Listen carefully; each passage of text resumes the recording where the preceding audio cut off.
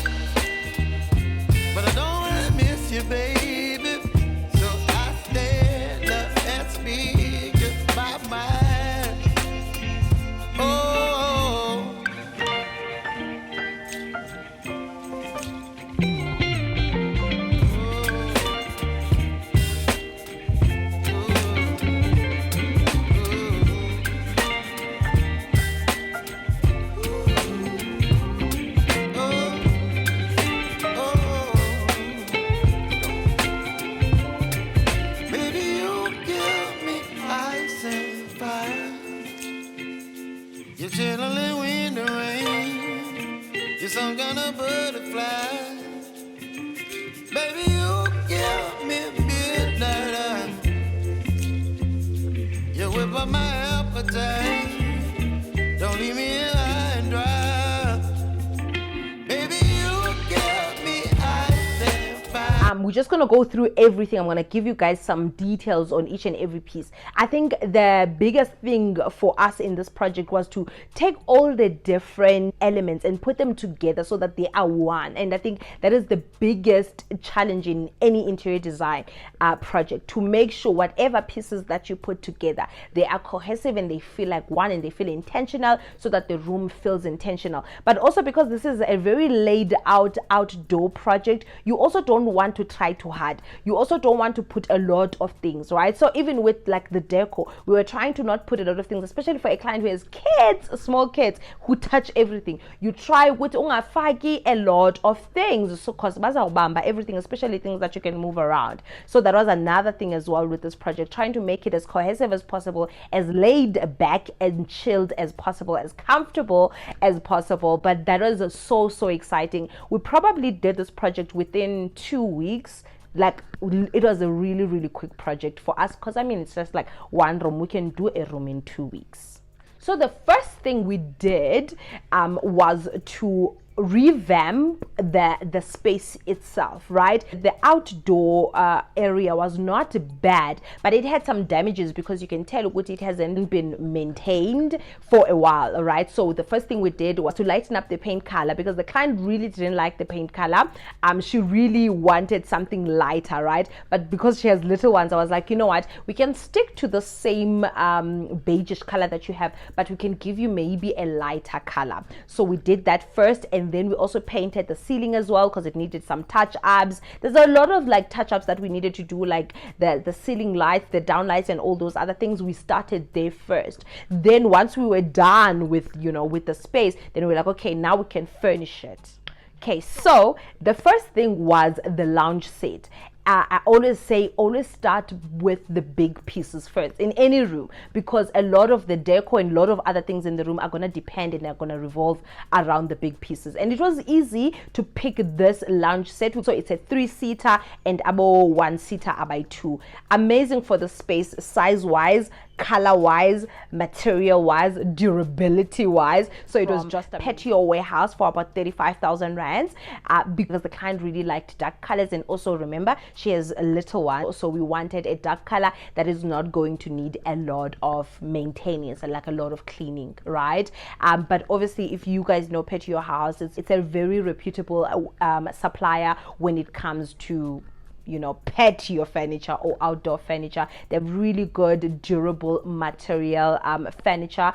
Immaterial, let's say, Patio House is going to last you years, okay? And I always say, and I said to the client, if we want to buy good furniture, outdoor furniture, we have to go to Patio House, but also we need to make sure that we buy from a reputable supplier, but also at the same time we need to buy really good material. We can't shortchange this, because this client is the type of person who doesn't like buying furniture every 2 years. One thing about us, we will give you options, okay? We will give you options. I remember when I was putting together the mood boards for her, I did 3 different mood boards. Like when she explained what she wanted, the vision and stuff like that, I was like, okay, let me put together a mood board for you so that you can kind of, you know, understand what we, you know, how we're going to put this together. So when we did the mood board for her, we did 3 different mood boards, and she picked this one, right? One thing about us, we will give you options, okay? And I always say to people, the vision for HBS and for these pages, like these social media pages as well, I want someone to come to our YouTube when they're looking for options, when they're looking for ideas. I want this YouTube channel to be for that, our Instagram pages to be for that. It's not, the projects that we do are not going to necessarily be for everyone, because we all have different styles. But if you're looking for options, or if you're looking for really good people to put together options for you, then after that, we gave her this amazing rug in brown, because remember, we were going with the earthy tones, so I didn't want to give her any color. Initially in the mood board, we added a rustic a rustic orange rug. But then when I saw this rug from our rug supply, I went crazy. I was like, yes, this is gonna go really, really well. I like the earthy colors, a bit of green borders, but it's like mostly brown. I love the material as well. It's just amazing. So I was like, this is going to be an amazing pick. Once we picked the lounge set and the rug, everything else was easy, right? It was so easy to put together the room. Oh, so here's another thing. This patio has a fireplace, like a braai area. It had stone cladding, like raw stone cladding, but because it has been outside for a really long time, it really needed some touching up. Initially when I saw it, because I really like the rough raw texture and color of cladding, right? I was like, you know what we're gonna do, we're just gonna wash it up, we're gonna pressure wash it, clean it up, and then it's gonna be beautiful, it's gonna be amazing. We tried to do that, but the stains on it were really not coming out. It had different stains, is it crayons, and then from the burning, from the heat, and like there was like different things that we really needed to out, and they were literally just not coming out. So I was like, okay. So I remember I texted her. I was like, so I think we're gonna need to go for option B. Okay, we're gonna need to paint I know, because she's the one who said to paint the braai area. I was like, no, let's not. I really like the raw, rough color of that. It's gonna come out really nicely. I wanna preserve it. And then she was like, okay, I trust you. You do that, right? But then after trying to clean it with the guys, it was just like the stains were just not coming out. It was just not coming together, especially because we had just painted the walls and the ceiling. So it just came out. It was just off. So I texted her. I was like, listen, looks like we're gonna need to go for option B and paint that. And she was like, yes. And then I was like, okay, what color were you thinking? She was like, let's do black. I was like,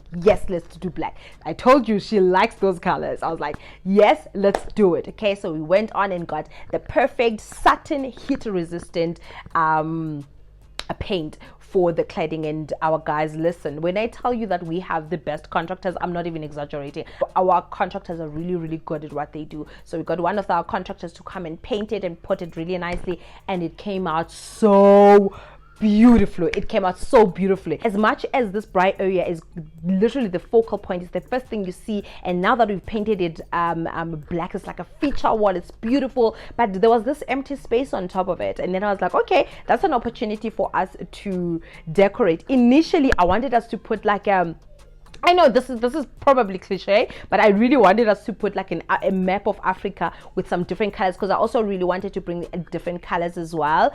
But the supplier was like, yeah, it's gonna take us 6 weeks. I was like, 6 weeks to do this? Are you serious? Like, I respect the timelines and all of that, but 6 weeks to make this African map decor thing for us, for real?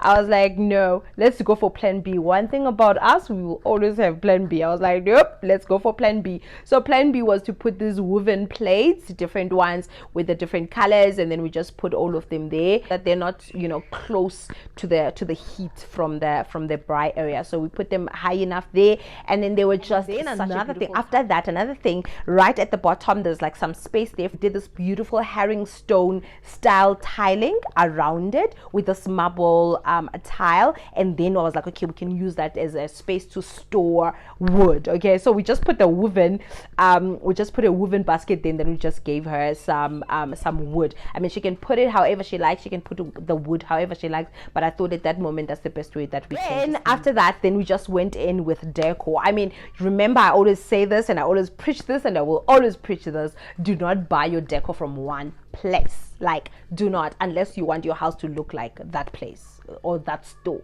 that you bought. So from decor, we bought it from different places. The plants we put around, fake plants, all the plants, they are fake plants, because she was like, are you really gonna put live plants here? Who's gonna take care of them? And then I was like, okay. So we put these artificial plants. We always try to make the spaces that we create to be as functional as possible, right? Because I know a lot of people, when they're creating spaces, they're really thinking about, is it gonna be Instagrammable? I also think about that, like, how are the pictures? The pictures need to be beautiful and all of that. But I think another thing that we always keep in mind, it needs to be functional, because at the end of the day, people are gonna live there. You always need to think about the people that are gonna live there. There's kids and all of those those things, the type of things that they're gonna use that space for, you know. So in my mind I was thinking, okay, this is an outdoor space, they're gonna be braaiing, they're gonna be sitting together as a family and all of that stuff. But it's not always summer, and sometimes in summer it's a bit cold. So I was like, okay, we're gonna need somewhere where we're gonna put our throws. So we put this wooden a ladder, and then we put some throws in there.